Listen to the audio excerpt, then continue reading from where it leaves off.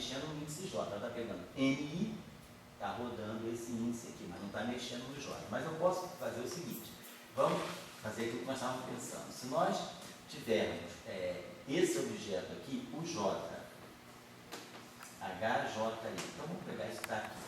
Se a gente agora escreve essa grandeza aqui em função das matrizes, né? Então vamos pensar que esse J aqui, eu poderia, a nossa transformação é essa aqui. Deixa eu escrever aqui, ó. O linha I, R, I, capa, o capa.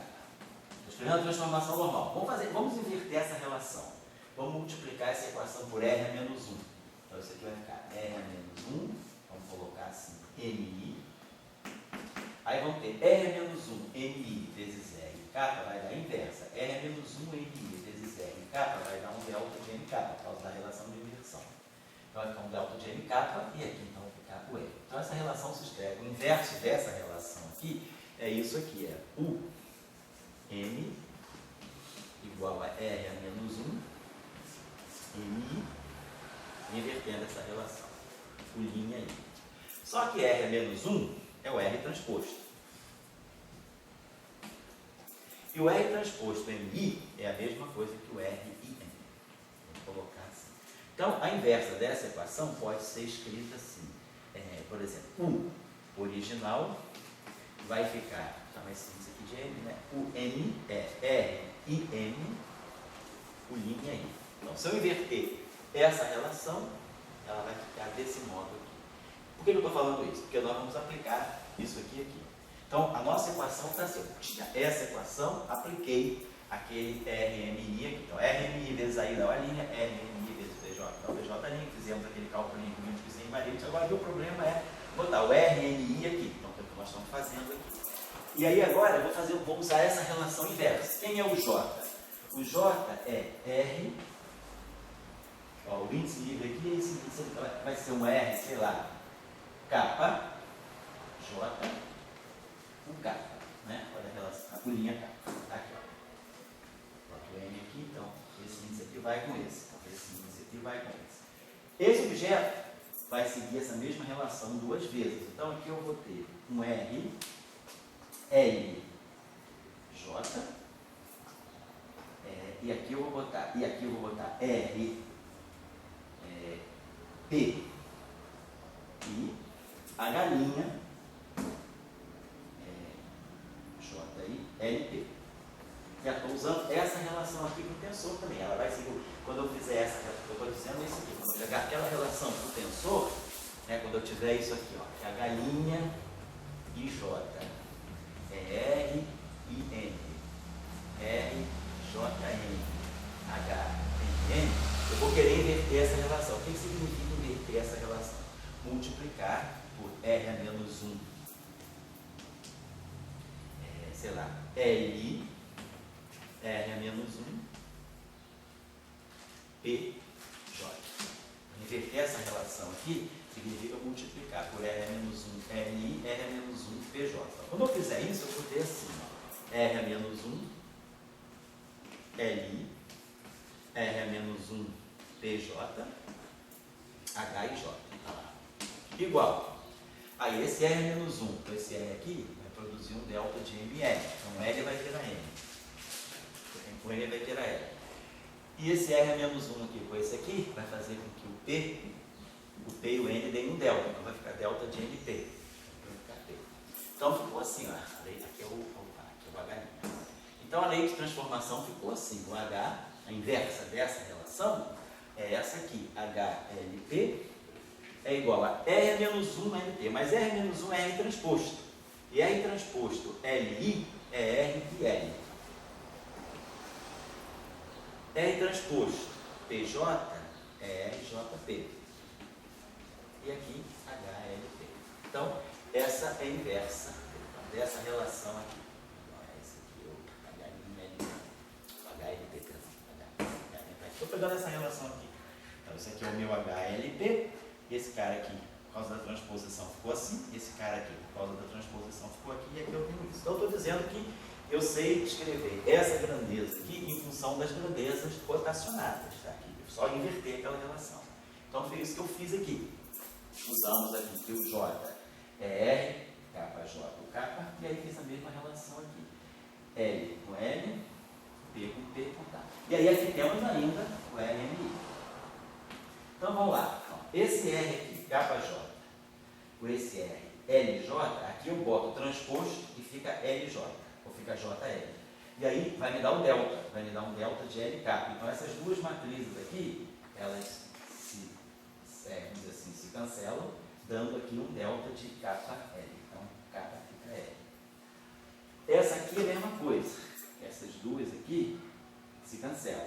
Né? Então essa aqui vai dar para mim um delta de, delta de NT. Então o P vai virar N. Então isso aqui deu para nós U'H LL. Então isso aqui está dando para nós, né? Então quando a gente fez aplicou aquele RMI aí, isso aqui deu para nós U'H. E aí os índices estão saturados. Ó. LL é saturado, eu posso chamar, será de JJ. Se ficou a galinha, JI. A galinha, que aqui, aqui ficou M, né? Ah, ficou M, tá certo. Aqui eu fiz besteira, gente.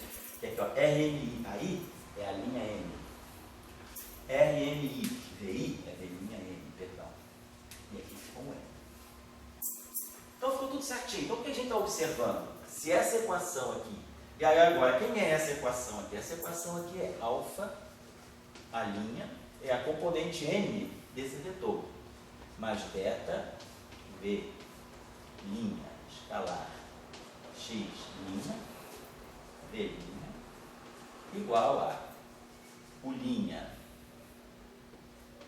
escalar, H', tensor.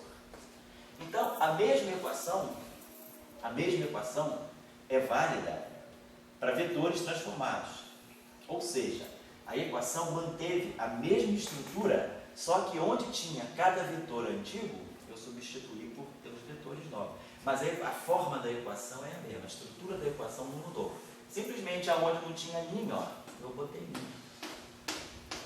Então é isso que é a covariância. A covariância significa isso.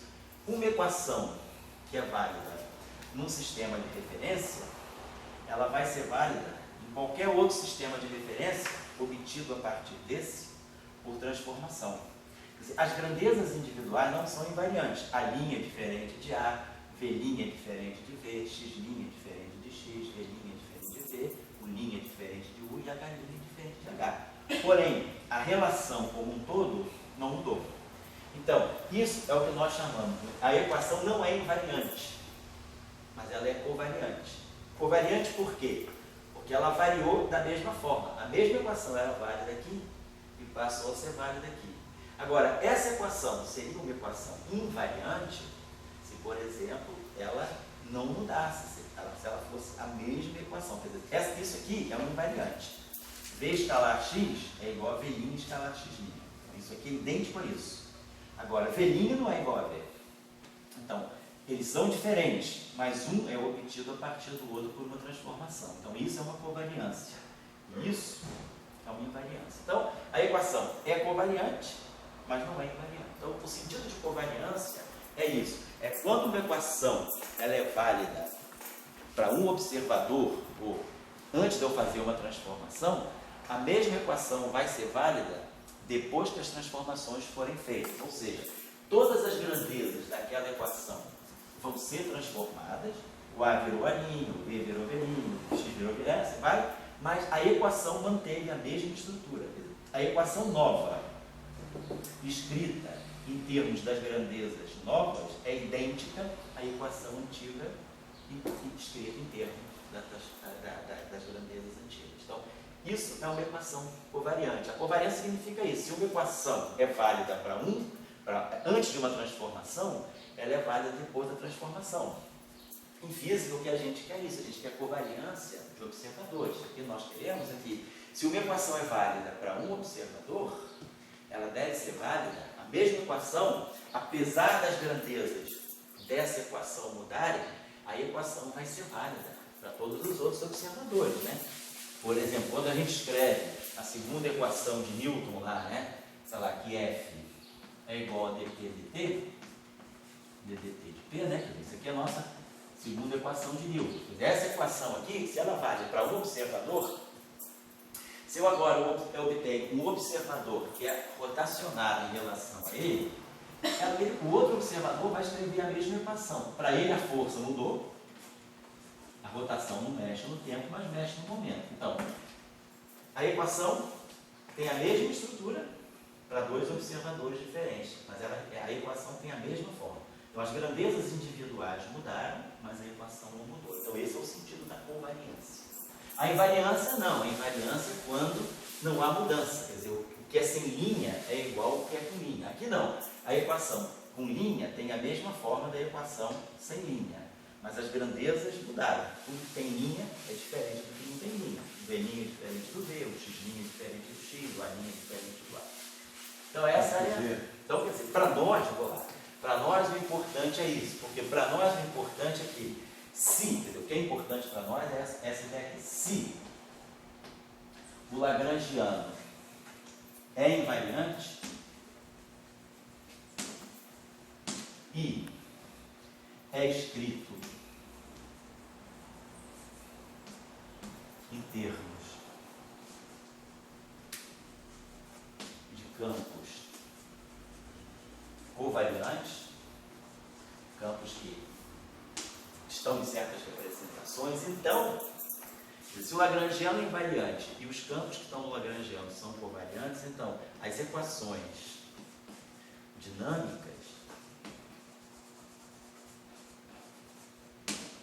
serão covariantes.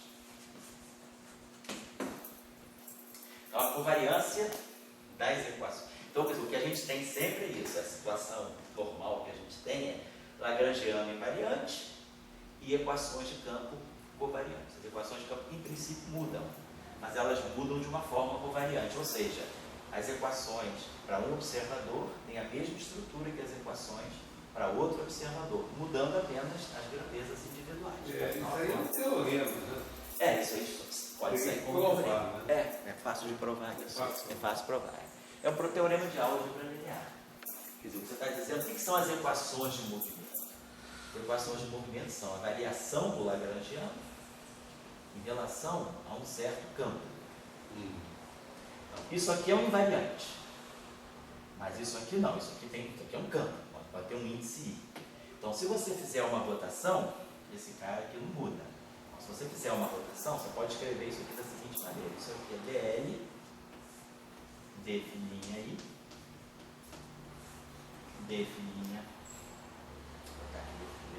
J, d'J, regra da cadeia. Derivar em relação a φ é derivar em relação a φ' J e derivar φ' J em relação a φ, regra da cadeia. Então, isso aqui são as equações de movimento vistas para o observador que mede os campos de I. Então, vamos dizer, isso aqui é uma equação de movimento, é I. Isso aqui é a mesma, o lagrangiano é invariante, o lagrangiano L é igual a L', o lagrangiano não mudou, porque ele é invariante. Então, isso aqui é a equação de movimento vista no referencial linha. Então, isso aqui é um L'J. Agora, quem é a derivada de φ' J em relação a φ'? Φ'J é R, JI, φ'. Então, a derivada de φ'J em relação a φ'J em relação a φ é RJI. Então, isso aqui é RJI. Muito bem. Então, agora, multiplica essa equação aqui por, esse aqui está, esse índice está livre, multiplica essa equação por R é menos 1 e K. Ambos os membros. Então vai ficar R é menos 1 e K é I. Igual, isso aqui vai ficar delta de JK, igual a L''K.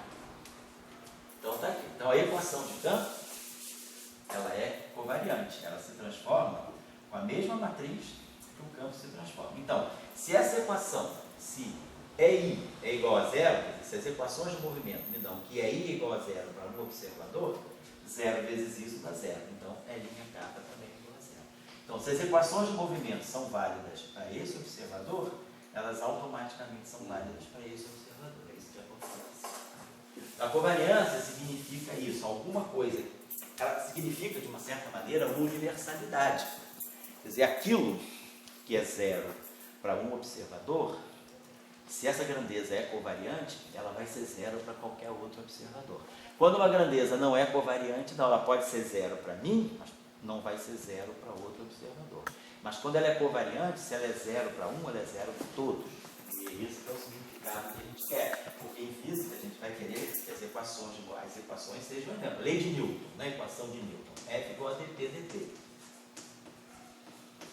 Ou seja, F menos dt, dt é igual a zero. Isso aqui é zero para um observador. Essa equação é covariante. Então, se ela é zero para esse observador, para qualquer outro observador, vai valer isso aqui. F' menos ddt de P' igual a zero. Ou seja, se ela é válida para um, ela é válida para todos. O F é diferente, o F' é diferente do F, o P' é diferente do P. Mas a relação é a mesma. Então, a covariância é isso. Algo que é válido para um observador, que é zero para um observador, vai ser zero para qualquer outro observador. Então, esse é o significado. O que a gente quer é as equações, em geral, as nossas equações não são invariantes, elas são covariantes. O que a gente quer que seja invariante é o lagrangiano e a ação. Esse conceito é simples, mas às vezes no início não é tão óbvio distinguir. A gente às vezes pensa em uma coisa sinônimo da outra. Não é? A própria terminologia indica que não. Invariante é algo que não varia, é algo que não muda. Covariante é algo que muda, mas muda simultaneamente. Quer dizer, tudo muda da mesma forma, de tal maneira que a equação tem um padrão. O campo covariante é um campo que muda, mas que muda de uma forma bem definida. Certo? Então, essa que era um pouco a ideia. Então, nossa ideia... A minha pergunta, José, isso aí, é o seguinte, quer dizer, normalmente os campos, eles contêm diferentes spins dentro deles. Isso. E você normalmente, vão ter, como cada spin tem um significado físico diferente, você quer decompor os seus campos de spins. Certo. Daí, quando você decompõe os seus campos de spin, você utiliza operadores que são covariantes. Operadores de projeção. Faz projeções. São covariantes e não locais. E daí a pergunta que fica é o seguinte: mesmo você mantendo toda a covariância, quer dizer, por que eu estou falando isso? Porque é muito importante, que nem você tem uma centrífuga, vai separar partículas com certo spin, outras partículas com outro spin. Certo. Que daí você usa aqueles operadores, etc. E daí as equações são covariantes. Isso. Então, o fato de elas serem covariantes, dá para ela, você dizer que a tua centrífuga está trabalhando legal? Sim, sim. Se elas são covariantes, é que você consegue fazer isso. O fato das equações serem covariantes, elas te permitem separar univocamente todos os spins que estão dentro do campo. Eu queria colocar isso à medida que a gente for colocando exemplo. Né? Pegar um campo que mistura mais de um spin. O campo escalar é só spin zero, o campo vetorial é só spin 1, no caso não relativístico. Né? Mas quando a gente pegar um campo tensorial, ele pode ter spin 2, pode ter spin 0. Como separar o spin 2 do spin 0? É isso que eu quero mostrar para vocês. Daí tudo bem, mais na frente. Porque a minha dúvida coloca muito o seguinte: por que você... Eu tenho na pulga da orelha que você poderia pegar a lagrangiana, separar em spin 1 Pode. E daí jogar dois. Sei. A tua centrífuga começar No lagrangiano. no lagrangiano. E daí, quando você obtiver as regras de Feynman, você está obtendo com aquela centrífuga. Sei. E aquela regra de Feynman, ela é mais realística do que essa que você trabalha com o lagrangiano misturado.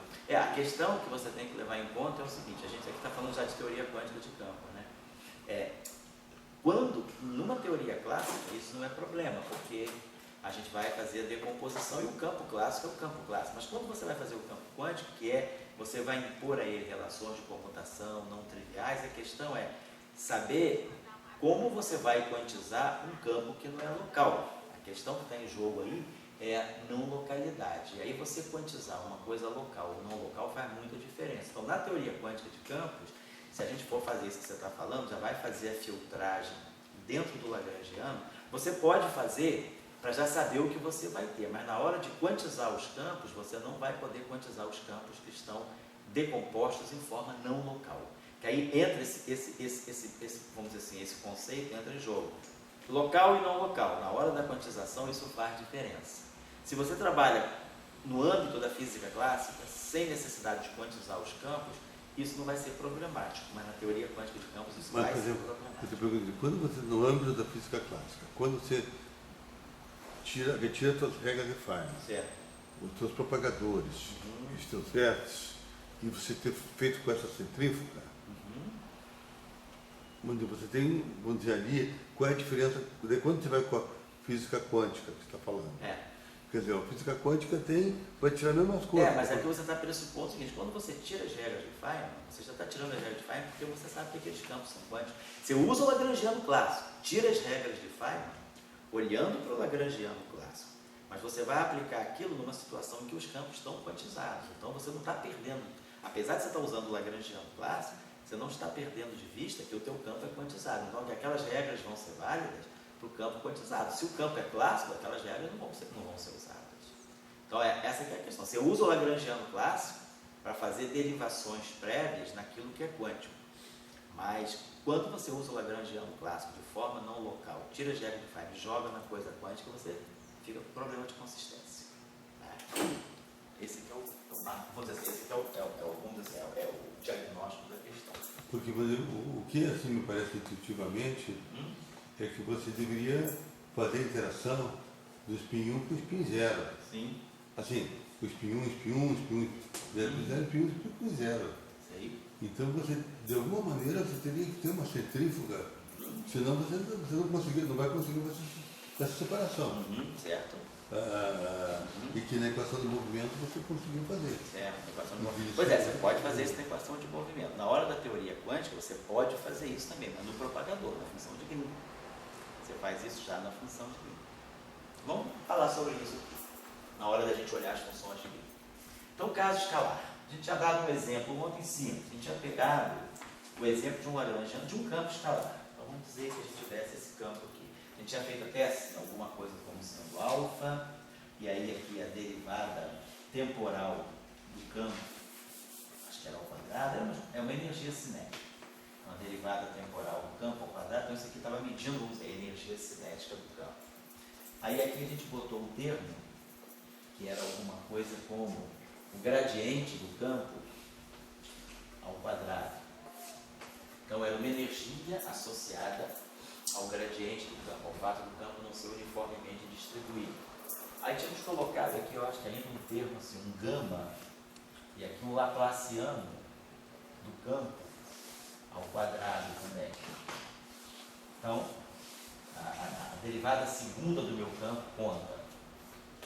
E aí a gente tinha colocado aqui alguns outros parâmetros, alguma coisa como XIF2, mais um lambda F3, mais um G por 4. Tinha colocado alguma coisa assim, tipo polinomial. Podemos até, se quiser, não precisa nem ser assim, explicitar as potências, podemos colocar aqui algo que vai fazer o papel de uma energia potencial menos um potencial V, que depende do campo. Esse potencial aqui seria uma função polinomial, potências do campo φ. Como a gente colocou lá, alguma coisa com φ2, φ3, φ4, e assim vai. Então, digamos que a gente tivesse feito essa proposta de um lagrangiano, um campo escalar. Então, da mesma forma como a gente procede lá na mecânica das partículas, a gente vai fazer o que a gente tem em mente? Uma ação. E o que a gente faz para tirar as equações de Euler-Lagrange? A gente aplica o princípio variacional, né, fazendo variações arbitrárias na coordenada. Lá na mecânica clássica, lembrando que a gente tinha ação, a ação é integral temporal do lagrangiano, que depende, vamos dizer, das coordenadas, das velocidades e eventualmente do tempo. Vou colocar assim, esse é uma coisa assim. E aí o que a gente faz? A gente tem um constante T inicial, um constante T final, a gente faz uma variação na ação induzida por uma variação na coordenada, que a gente faz uma variação arbitrária em cima do quê? E aí a gente escreve isso aqui desse modo. A variação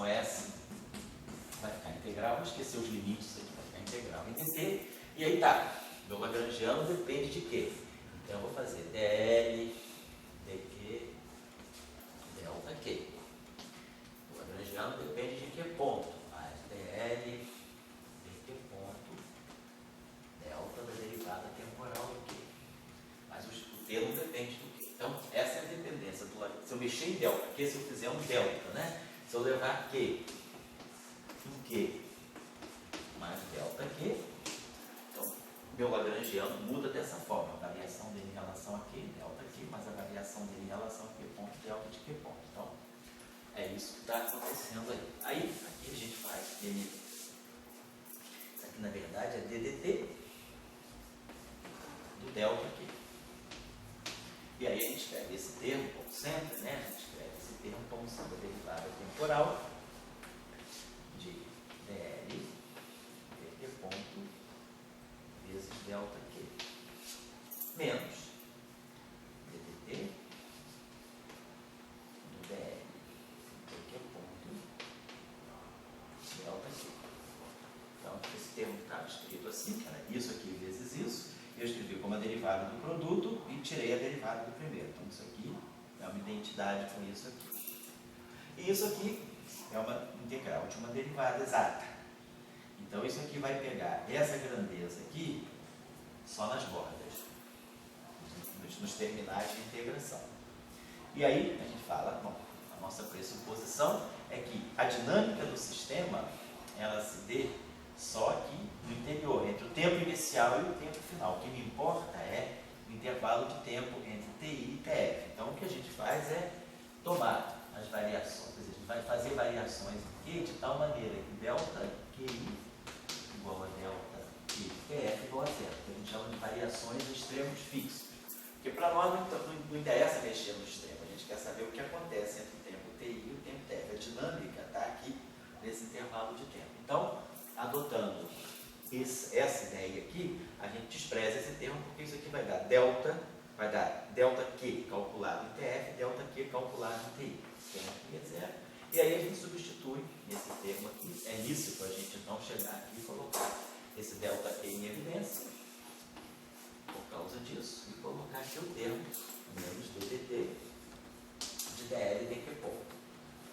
Então, dessa forma a gente ganha a equação de Euler-Lagrange. O que a gente fez? Na verdade, a gente fez variações arbitrárias em relação à coordenada e decidiu que não interessa para nós o que acontece nos extremos. O que acontece é só a dinâmica do sistema, ela se dá entre TI e TF. Por isso que as condições aqui nos tempos iniciais e final, tempo inicial e final, elas podem ser tomadas iguais a zero. Vou fazer a variação a extremo fixo, só me interessando pela dinâmica no interior do intervalo. Então, isso é o que a gente faz na mecânica de partida. Vamos fazer a mesma coisa aqui. A gente agora, ao invés de ter uma ação que é de uma variável só, a gente tem uma ação que é uma integral, né? Todo o espaço-tempo. Então, estou integrando desde o tempo menos infinito, então o tempo infinito, e sobre todas as fronteiras do espaço, né? Desde menos infinito a mais infinito em x, e y e z. Por quantas dimensões eu tiver. E aí vou fazer a variação do lagrangiano. Então, eu vou variar em relação. O que eu quero é fazer variação em relação à minha coordenada do problema, é o delta φ. Vai variar em relação. Minha coordenada aqui era Q. A minha coordenada aqui é φ. Então, eu vou fazer variação em relação a φ. Então, eu vou variar esse termo aqui. Isso aqui é um quadrado. Variação de um quadrado vai ser 2 alfa ddt de φ. E aí, a variação disso aqui, ou seja, derivada temporal e delta φ. Está fazendo uma variação em cima do φ, não estou mexendo no tempo. Então, quer dizer, quando eu digo a variação da derivada temporal φ, eu estou variando φ em φ mais delta φ. Então, claro que o ddt vai ser, isso aqui vai ser delta, isso aqui seria ddt delta φ. Estou dizendo. A variação da derivada e a derivada da variação. Eu vou fazer uma variação só na forma do φ, não vou mexer no tempo. Então, ficou isso aqui. Então, vai ficar derivada da variação. Mais, vou pegar os demais termos. O outro termo é o termo do gradiente. Então, a mesma coisa. Vamos produzir um termo aqui que vai ser mais 2 beta gradiente de φ escalar gradiente do delta φ, a variação do gradiente. Depois aqui mais gama, Laplace 2 gama também, Laplaciano de φ e o Laplaciano de delta φ. E depois menos, vou fazer variação em relação a φ. Então eu vou derivar o V em relação a φ vezes delta φ. Essa é a variação do V de φ, que é um polinômio, né? São uma expansão em potências de φ. Muito bem, então a gente está numa situação muito parecida. Aqui vamos fazer a mesma coisa. Eu preciso liberar um delta φ. Nós precisamos escrever a coisa dessa forma. Uma equação que fatorize aqui o delta Q, como aconteceu lá na mecânica. Variações arbitrárias, enfim. Então, aqui nós vamos usar o mesmo artifíciozinho. Nós vamos ter 2α, posso escrever esse termo aqui como sendo ddt de φ vezes delta φ menos 2α, derivada segunda no φ vezes delta φ. Já esse termo aqui, ó, isso vezes a derivada do delta φ. Então, esse termo aqui se abre em 2. Derivada desse vezes isso, que é o subtraio disso. E depois o que sobra para nós é esse termo vezes a derivada desse, que é isso que está aqui. Então, aquele termo que está ali, ele pode ser reconduzido a esse termo que está aqui. Lá, o que a gente faria? A gente dizia, a variação, então isso aqui eu estou integrando no tempo uma derivada temporal. Então, isso aqui está dizendo para mim que eu vou precisar pegar a derivada temporal de φ vezes delta φ e calcular em t igual, por exemplo, calcular no tempo final, ou sei lá, no tempo mais infinito e no tempo menos infinito. Vou calcular isso aqui nesse intervalo de tempo, nesse instante e nesse instante. Então, o que interessa para nós também? Interessa para nós os campos no intervalo de integração. Não estou interessado em saber o que acontece lá na fronteira mais infinita e na fronteira menos infinita, mas o que acontece no volume. Então, de novo aqui, nós podemos pegar delta φ, mais infinito igual a zero, quer dizer, variações a extremos fixos, só que no infinito. Eu não vou mexer nos campos do infinito, eu vou mexer nos campos só no intervalo de integração. Então, de novo, eu posso abandonar esse termo aqui. E simplesmente, o que eu fiz, na verdade? É como se eu fizesse uma integração parcial. Eu jogo essa derivada temporal para cá, ganho um sinal menos, por causa da regra de Leibniz, e libero esse delta φ aqui. Então, esse delta φ aqui já saiu, vou colocar aqui, que nem esse aqui, já vou colocando para cá. Vou fatorar tudo isso aqui com um delta φ. Então, esse delta φ daqui se deslocou para cá. Esse aqui também se deslocou para cá. Agora eu tenho a mesma coisa aqui, ó.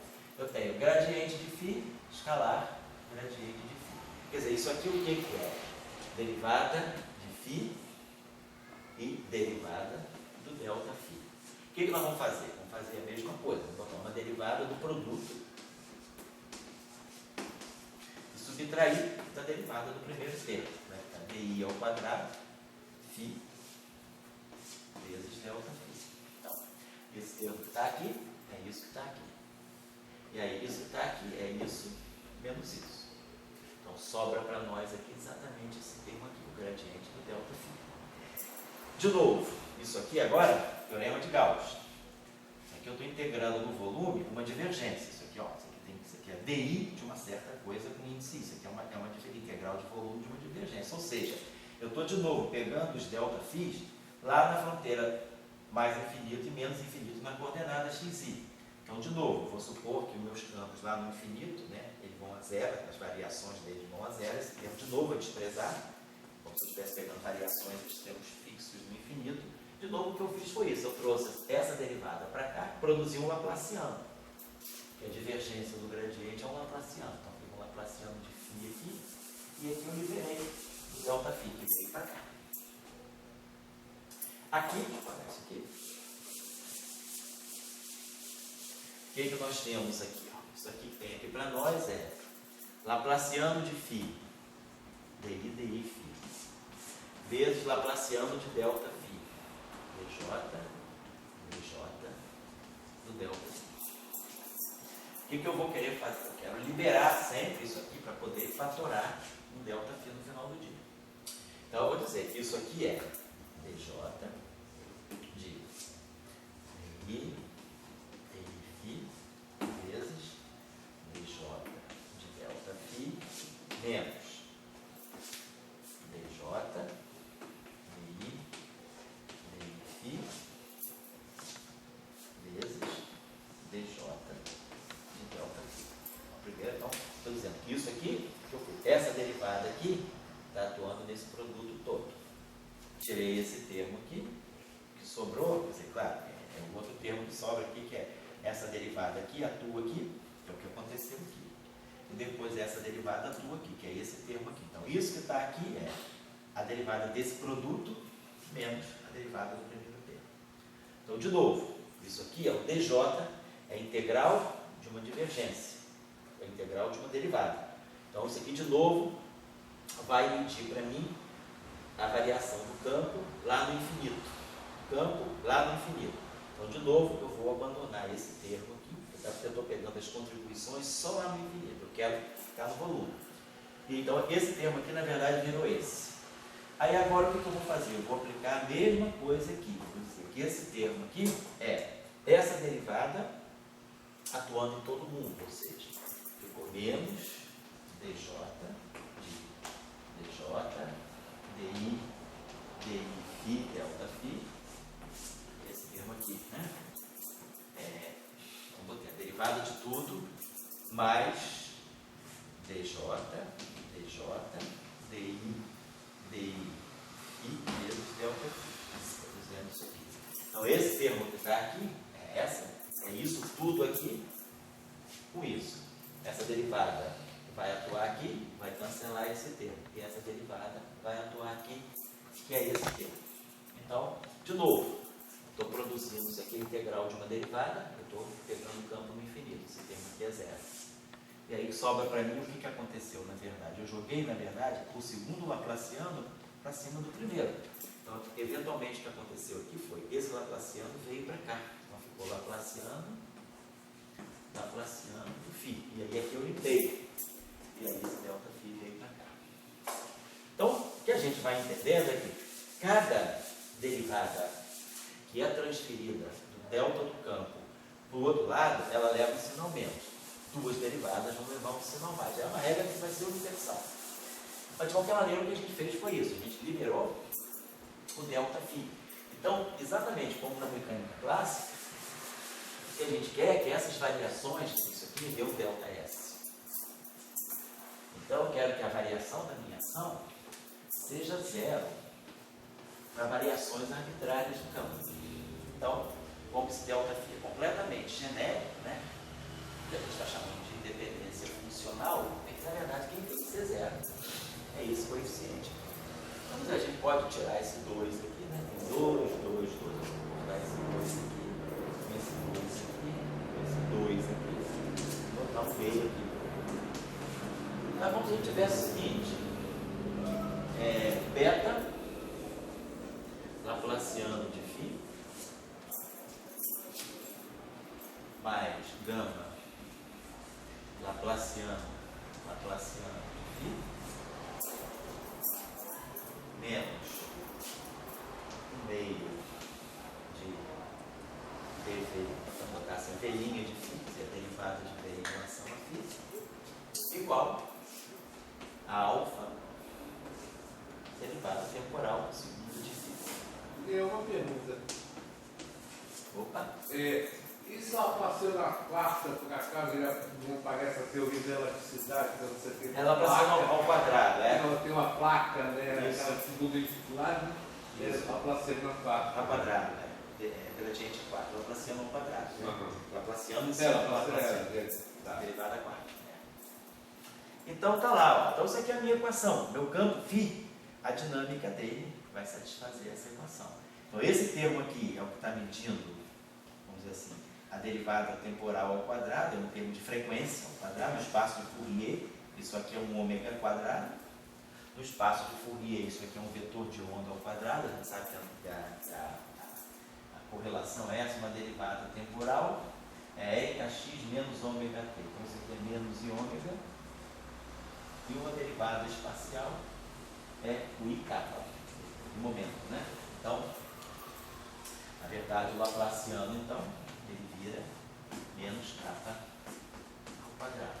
Então, a gente sabe que esse termo aqui é um termo que vai estar ligado aos comprimentos de onda, aos vetores de onda, e aqui é o termo que vai estar ligado à frequência. E esse termo aqui é um termo de autoacoplamento do campo, né? Que são as derivadas do campo. Então, isso aqui para nós é, vamos dizer assim, é a nossa equação de campo. Então, a gente poderia, né? Então, se eu quero tirar uma solução clássica desse campo, eu tenho que ver, então, resolver uma equação, né? Derivadas segundas, derivadas parciais segundas e em condições iniciais que eu vou ter que fixar. Então, o problema geral é esse. Deixa eu apagar aqui para fazer uma observação. Quando a gente tem termo de interação, oi? A gente tem termo de interação, vamos dizer, de bonde, na interação, vamos dizer, um de bonde vezes um campo. Certo. Ele poderia estar dando termo de interação, né? Uhum. E ele estaria trazendo um K2 igualmente no Laplaciano. Isso. O termo de Ronde, o Laplaciano ao quadrado? O Laplaciano. Esse termo aqui? Ou esse termo aqui? Não, é esse termo aí. Esse aqui é um Laplaciano ao quadrado. Esse termo aqui é um Laplaciano puro. Sei. Não sei, eu estava imaginando de ter um termo de interação que tivesse um capa. Esse termo aqui é um campo puro. Esse campo aqui não está acoplado. Aqui o Laplaciano ao quadrado é K4, né? Laplaciano ao quadrado é K4. Você jamais conseguiria em interação fazer K4. Exato. Que aqui, ó, aqui é o campo livre, campo livre. Agora aqui não, eu posso ter potências, né? Se esse poder. Quando eu derivar um termo aqui, se esse V de, vamos dizer que V de φ tenha essa forma. Vamos dizer assim, então a gente tinha colocado lá si φ ao quadrado mais um zeta. A minha pergunta, José, é o seguinte, eu queria ter uma influência, vamos dizer, a mais, vamos dizer, um tipo K4. Então você diz, bom, Laplaciano é quarta da K4, tudo bem. Isso. Mas isso aí agora eu queria ser Laplaciano quarta. Então ele teria um efeito tipo K4. Sei. Daí, claro que por aqui assim não dá. Não, por se aqui eu tivesse duas equações acopladas. Aí poderia sim. Poderia ter. Se você estiver desacoplando equações, às vezes isso acontece. Você acoplando as equações. Ao longo dos nossos exemplos, certamente uma coisa desse tipo vai aparecer. Porque eu vou dizer, só para quem aí está assistindo, o K4 entra num novo efeito na tua a relação de dispersão. Tua relação de dispersão. Isso aí exatamente. Por exemplo, esse potencial aqui, se eu fizer essa derivada, se o meu potencial for isso aqui, e eu fizer essa derivada, eu vou produzir aqui um 2 si φ. Então, só pegando esse exemplo, deixa eu apagar isso aqui, depois a gente vai elaborar um pouquinho sobre isso.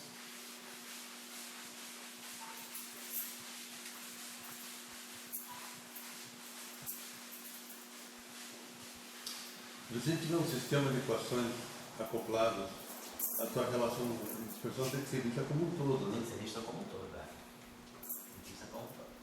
Vamos lá, derivando isso aqui em relação a aqui. Então, você vai produzir 2 si φ mais 3 zeta φ2 mais 4 qui φ3. Estou só derivando. Si, zeta e qui são parâmetros, né? Então, derivei isso aqui. Então, a gente observa o seguinte, esse termo aqui, ele é linear em φ. Esse termo aqui é quadrático em φ. Então, ele já está pressupondo uma coisa quadrática, ele está acoplando φ com ele mesmo. E esse termo aqui é cúbico. Então, ele está acoplando φ com φ com φ. Então, por exemplo, o que seria o meu campo livre? O que é o campo livre? É uma equação para o campo puro, tudo em primeira potência, uma equação linear em φ. Isso aí seria a partícula livre, né? Isso aqui seria como se fosse a aceleração do campo, né? Então, esses termos aqui são termos que a gente chama de autointeração, porque na equação de campo, ele vai estar aparecendo o campo acoplado com ele mesmo e o campo acoplado com ele mesmo 3 vezes. Aqui não, o campo não está acoplado com ele mesmo, ele está puro, é um termo linear. Ele não está acoplado com nada. Então, se eu quiser olhar essa equação, como a gente fala, no regime de campo livre, então o que significa o campo livre? desprezar todos os acoplamentos e autoacoplamentos. São potências mais altas dos campos. Então, a equação de campo livre, então, se eu quisesse me restringir ao campo livre, que é de onde a gente tira em geral as relações de dispersão, a gente imagina que o campo está livre, se propagando como uma radiação livre no espaço. Então, para efeito de campo livre, esse termo aqui, ele está acoplando φ com φ, e esse aqui também. Então, para efeito de campo livre, só me sobraria esse termo. 2 cancela com meio, então vai ficar menos psi φ. Então, ficaria menos psi φ. Então, essa seria a equação para esse meu campo livre, se propagando livre no vácuo. Ele estaria deixando ele assim. Então, depois nós vamos discutir isso. O que significa essa relação de dispersão. Só para finalizar, que eu vou ter que acabar hoje para fora, eu vou manter como estava antes. Depois nós vamos discutir o regime de campo livre na próxima aula. Para poder discutir um pouco, porque o Dora está falando de relação de dispersão, o papel desse termo aqui, que é um termo que tem, vamos dizer, altos Ks, portanto, vai ser um termo que vai contribuir muito no regime de pequenos comprimentos de onda, mas o que a gente tinha aqui era isso aqui, menos V' de φ. Muito bem. Então, digamos que a gente tenha essa equação aqui. Aqui o que está aqui? Que é a derivada segunda do campo. Vamos lembrar aqui de uma coisa na mecânica. Quando a gente escreve na mecânica é o seguinte, F igual a dP/dt. Vou botar aqui F igual a NA. Vamos colocar assim. Por exemplo, se a gente aqui multiplica essa equação escalarmente pela velocidade, o que nós vamos ter aqui vai ser M A escalar V. Mas A é ddt. Então, esse termo aqui pode ser escrito como sendo ddt de 1 meio de mv2. Certo? Vai ser derivada do quadrado, é 2 vezes o objeto vezes a derivada dele. Vai ficar V escalar A. Então, tá. Então, a gente teria uma coisa desse tipo assim. ddt de 1 meio de mv2 igual a F escalar V. Se essa força for conservativa, se essa força for menos o gradiente de um potencial, uma força conservativa, então isso aqui vai ficar menos o gradiente de F, do potencial, chamou o potencial de V, né? Menos o gradiente do potencial vezes V. Então, IV é dx dV. Continuou, tem a regra da cadeia, né? Isso aqui é o que? Isso aqui é menos derivada em relação a xi do V, derivada de xi em relação a D. Isso aqui é dV de xi.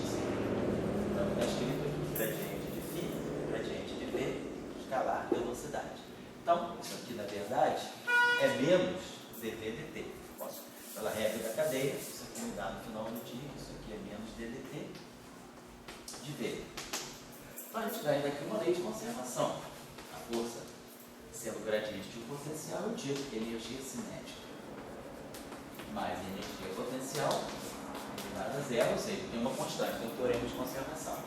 A energia total que é conservada. É exatamente o que a gente fala na mecânica de partículas. Aqui, a aceleração não é a aceleração devida à coordenada, mas é a derivada segunda do campo. Então, o que essa equação me sugere em analogia com a mecânica? Vamos multiplicar essa equação pela velocidade. Lá eu peguei a equação de Newton, né? F igual a ma, que é a equação de movimento. Isso aqui é o análogo do campo escalar para essa equação. Seria como se fosse uma espécie de uma equação de Newton, a segunda equação de Newton, para o campo φ, para a coordenada φ. Está lá, então, aqui a aceleração igual a alguma coisa que vai fazer o papel da força. Claro que não é uma coisa vetorial, porque o campo é escalar. Então, se eu quiser, em analogia ao teorema da conservação da energia, tirar uma lei de conservação, o ideal seria multiplicar essa equação pela velocidade. Só que a velocidade é a velocidade associada ao campo, ou seja, multiplicar toda essa equação pela derivada temporal de φ. Vou chamar isso aqui de φ, sei lá, multiplicar tudo por ddt de φ. Se a gente fizesse isso nessa equação,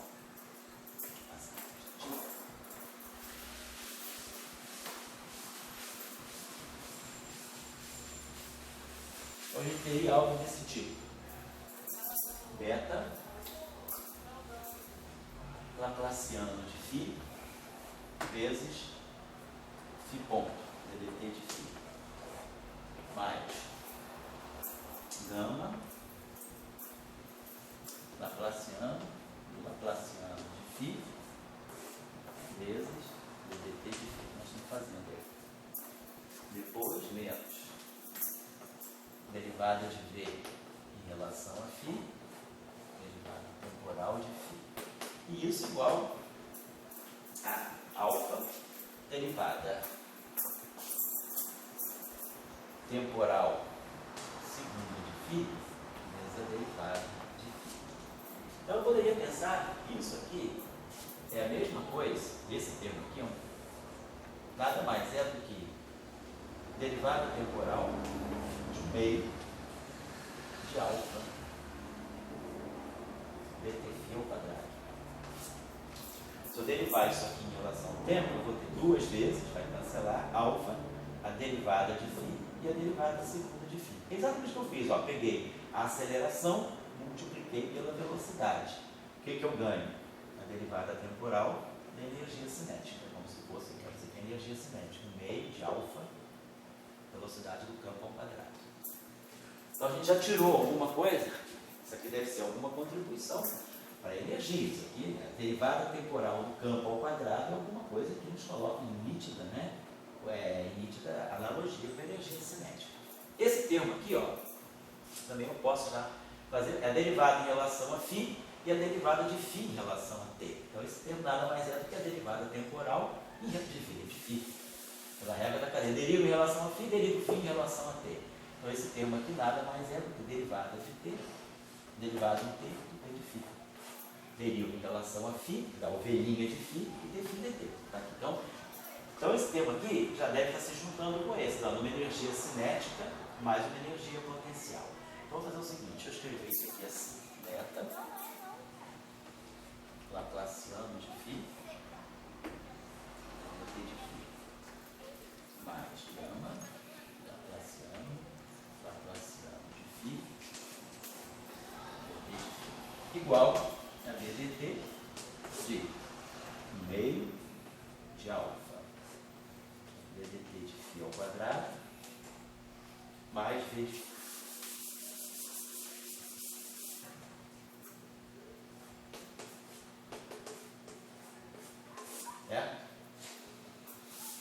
Então, já estou começando a delinear aqui alguma coisa que está me dando uma equação de conservação. Uma derivada temporal de alguma coisa. Ó, isso aqui está fazendo o papel de uma energia cinética. E isso aqui é aquela parte do potencial. Aquela parte que não depende das derivadas do campo.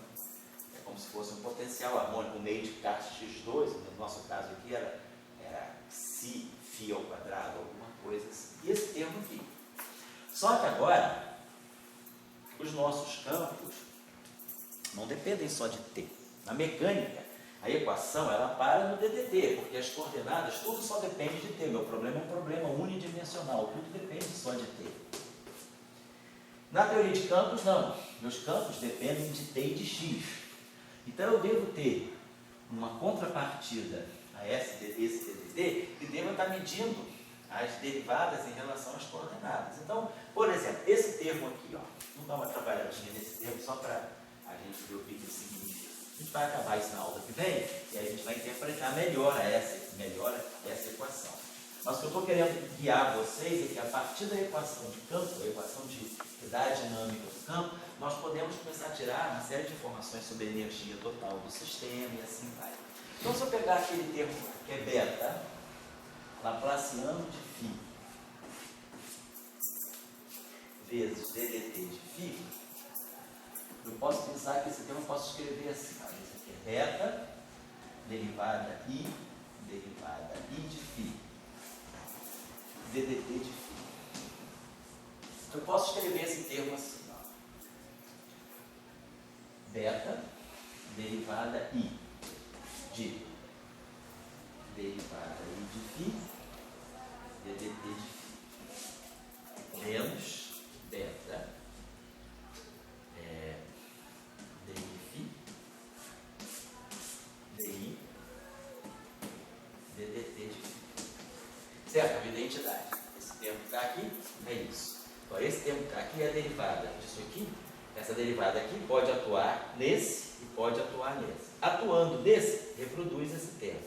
Atuando nesse, produz um termo novo, que não está aqui em cima, mas eu retiro aqui. Então, isso que está aqui é igual a isso que está aqui. É igual a isso que está aqui. Agora, aqui eu tenho DI, φ, e aqui eu tenho DI, DDT, φ. Vamos trocar essas duas derivadas. Derivar em relação a x e derivada em relação a t. Vamos dizer que os campos sejam regulares o suficiente para eu trocar a ordem das derivadas. E aí, esse termo aqui já adquiriu uma carinha boa. Esse termo que está aqui nada mais é do que DDT de 1/2 de beta DI φ ao quadrado. Se eu derivar isso aqui em relação ao tempo, isso aqui vai dar 2 vezes, vai dar a derivada desse, vezes a derivada temporal da mesma coisa. É esse termo que está aqui. Isso aqui é o quê? O gradiente de φ ao quadrado. Então, esse termo que está aqui, nada mais é do que DDT de 1/2 de beta gradiente de φ ao quadrado. Então, esse termo que está aqui, esse termo que estava aqui, vem com sinal menos. Ele foi produzido aqui. Então, o que eu estou fazendo? Eu estou substituindo esse termo por isso menos isso. Então, esse menos DDT eu já jogo para o lado direito. Eu vou contabilizar para cá. Então, eu vou trazer aquele termo lá que tinha. Vou apagar esse termo aí. Então, eu tinha aqui 1/2 de alfa, DDT de φ ao quadrado, energia cinética. Agora, trago esse termo de sinal menos para o lado direito, vai ficar mais 1/2 de beta, gradiente de φ ao quadrado, e eu tinha esquecido que eu apaguei agora o d de φ. Então, eu tenho uma derivada temporal de alguma coisa muito nitidamente ligada à energia. Energia cinética, energia potencial, e aqui uma energia de gradiente. Em vez de ser a derivada temporal do campo, o meu campo também depende da posição espacial. Então, o gradiente do campo, o fato do campo estar variando na posição, isso é uma medida da energia desse campo também. Então, isso aqui é a energia do gradiente, a energia de gradiente.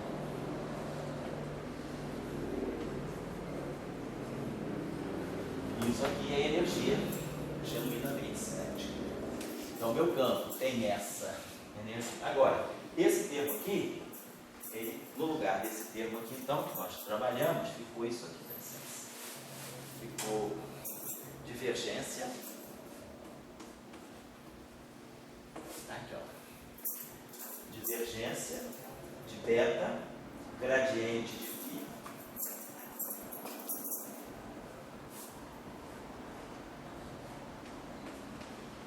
Vezes que é o gradiente de φ vezes φ ponto.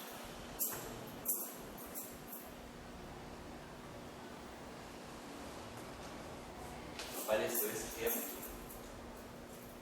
Então a gente está vendo, ó, aqui tinha uma derivada temporal. Aqui a gente ficou com uma derivada espacial. Quer dizer, a equação está ganhando agora a contribuição devido ao campo depender de x. Então, da mesma forma que aqui aparece o DDT, né? Nós agora devemos ter algum termo que meça o ddx também. Então, essa equação está começando a ganhar a forma de uma equação de continuidade. A derivada temporal de uma grandeza e a divergência de uma coisa vetorial, ou seja, uma grandeza escalar e uma grandeza vetorial, como se fosse uma corrente, uma densidade de uma corrente. Então tá, isso ainda só aqui. Esse termo aqui ainda não foi trabalhado. Vamos ver como é que esse termo aqui pode entrar ali ou aqui. Observem aqui uma coisa interessante, né? Se esse alfa for positivo e esse beta for positivo, essas grandezas aqui são positivas.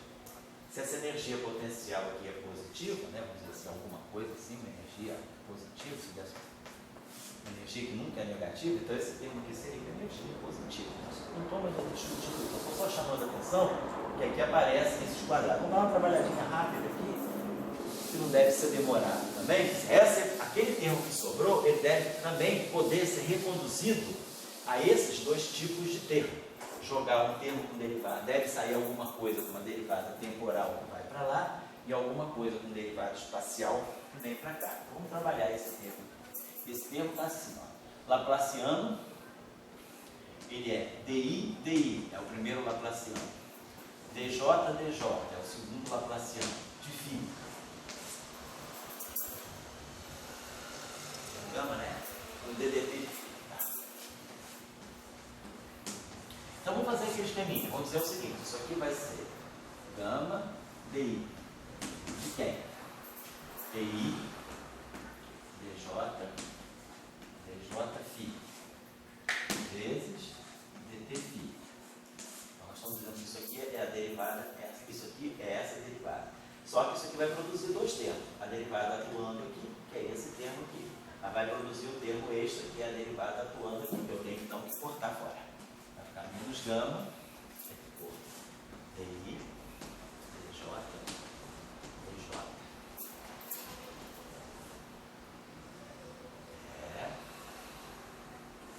E aí, DI, dt. Certo? Então, fazendo essa derivada atuar aqui, eu produzo esse termo, e fazendo essa derivada atuar aqui, eu desconto desse termo. Então, aquilo que está lá em cima é igual ao que está aqui embaixo. Então, ainda não está numa forma boa. Esse termo aqui, né, aparentemente, está naquela forma lá. Eu já tenho uma derivada espacial. Quer dizer, eu posso, esse termo que está aqui, ó, ele já está numa forma razoável. Ele é o seguinte, ele é gama, divergência, de quem? Do gradiente do Laplaciano de φ vezes ddt de φ. Esse termo que está aqui, isso aqui, ó. Divergência do gradiente do Laplaciano de φ vezes ddt de φ. Está aqui. Porém, esse termo aqui a gente ainda precisa melhorar, porque esse termo aqui não está nem num caso nem no outro. Eu não consegui fatorar nenhuma derivada temporal, nenhuma derivada espacial. Então, esse termo aqui, eu já vou contabilizar ele aqui. Ele já vai entrar aqui. Eu já estou cancelando ele. Já está entrando aqui com essa contribuição. Mais gama, divergência do gradiente do Laplaciano de φ vezes derivada temporal do φ. Esse termo aqui. Certo? Agora eu vou mexer nesse termo. Esse termo aqui já foi trabalhado.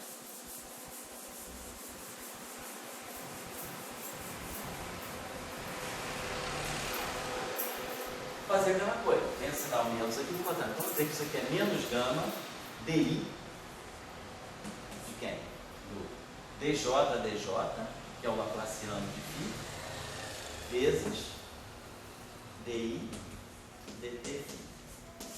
Estou dizendo que essa derivada atua no todo. Então, produzindo essa derivada aqui, que é esse termo aqui, vezes isso. E aí vou produzir um termo novo, que é essa derivada vindo para cá. Então, eu tenho que jogar fora esse termo. A gente compensa esse termo colocando aqui mais gama, Laplaciano de φ, DI do dt. Certo? Então, esse termo aqui gera esse segundo termo que eu cancelo, garantindo então que esse termo aqui é esse termo aqui, a derivada atuando aqui. Então, isso aqui é isso, menos isso, mais isso. Agora, esse termo aqui é a mesma coisa, eu posso jogar o DDT aqui para frente, e posso dizer, isso aqui é o DDT do Laplaciano de φ.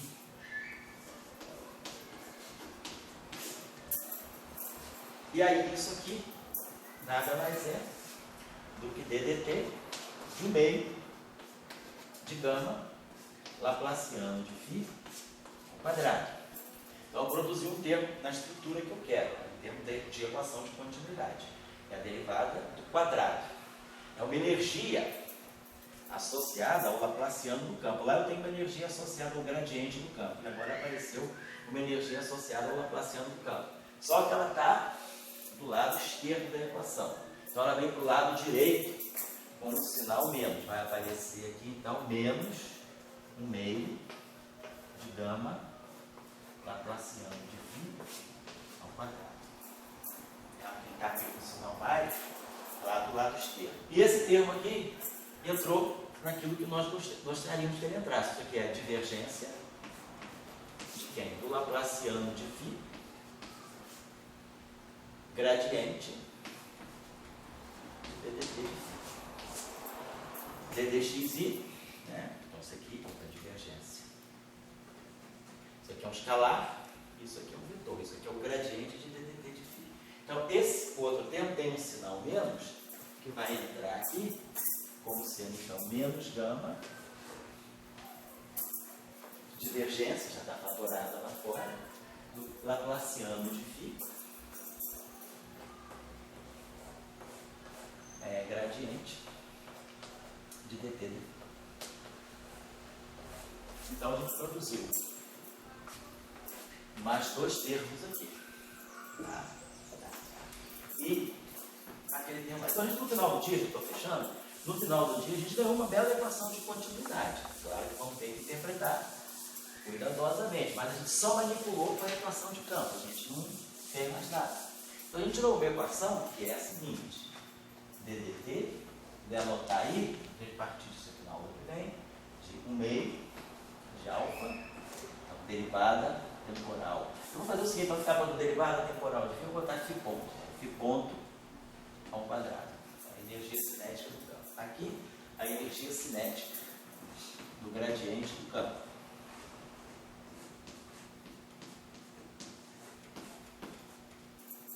Aqui, a energia cinética do laplaciano do campo.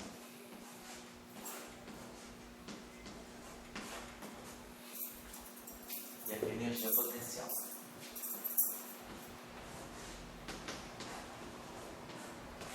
Isso aqui, mais a divergência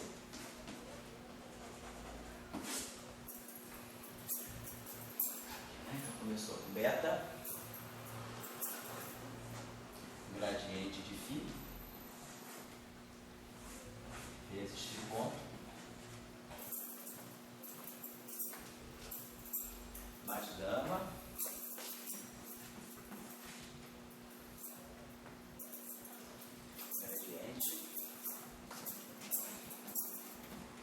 do laplaciano de φ, vezes φ ponto. Vou juntar talvez. Tem esse φ ponto aqui, né? Temos esse φ ponto aqui. A gente vai ter beta, vou botar esse ponto em evidência aqui, vai ficar beta, gradiente de φ. Aí eu poderia ter colocado assim. Beta, gradiente de φ, beta, gradiente de φ, mais gama laplaciano de φ.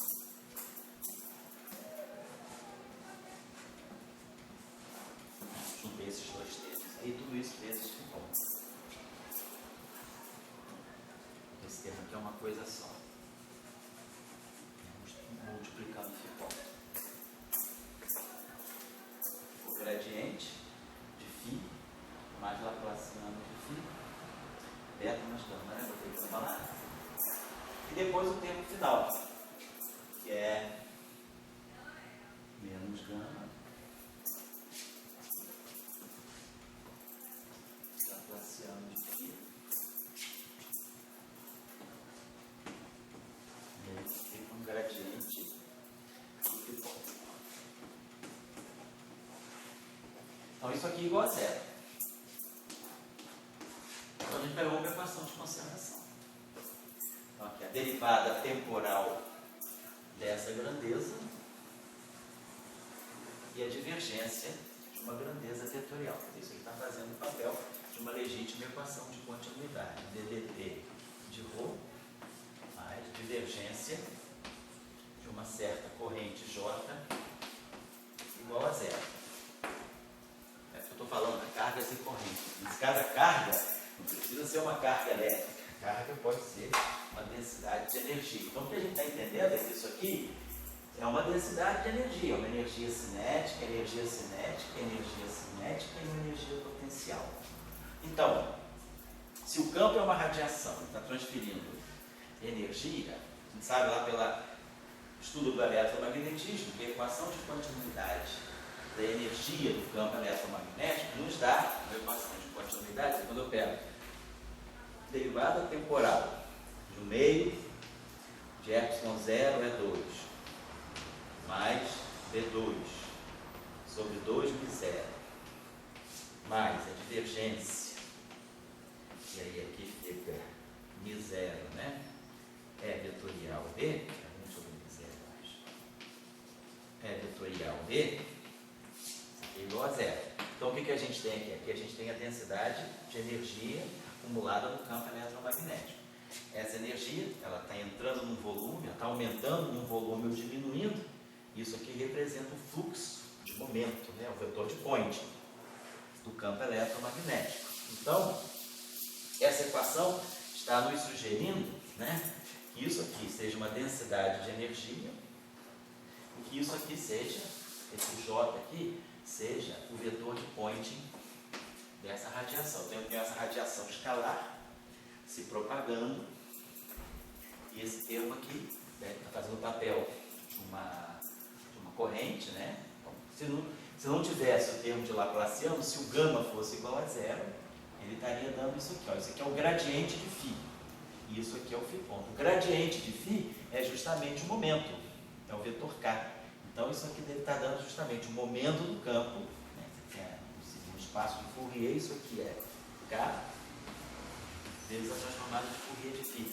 Então, esse objeto que está aqui deve estar fazendo o papel do fluxo de momento transportado pelo campo. Daí é que a gente tiraria a pressão de radiação desse campo escalar com essa dinâmica. Então, na aula que vem... Oi? Essa equação, a conservação da carga elétrica e essa equação, como é? Ah, pois é, mesma estrutura. Só que aqui a gente sabe que não tá, vamos poder ter a